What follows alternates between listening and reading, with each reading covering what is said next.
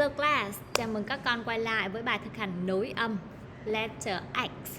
Letter X. Được sao? X, X, X. Okay, now listen and say. X, tax. Tax. E, X, fix. fix. X, fax. Fax. X, mix. Mix. X, fox. Fox. X, wax. Wax. X, six. Six. X, sax. Sax. B, X, box. box. X, exit. Exit. Exit.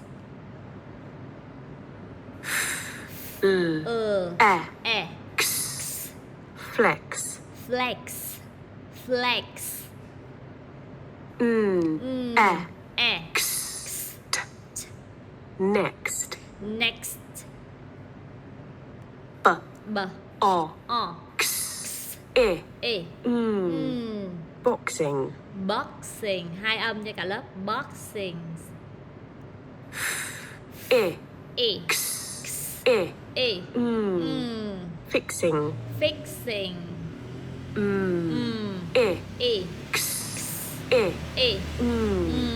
Mixing. Mixing. X,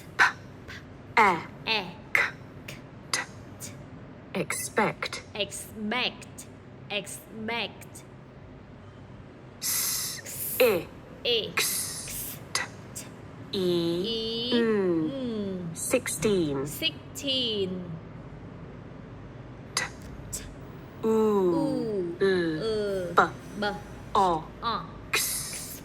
Toolbox. Toolbox. Toolbox. Mailbox.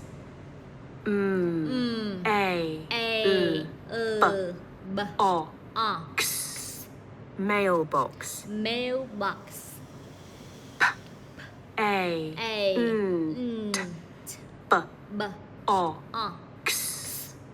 Paintbox. Paintbox. Paintbox.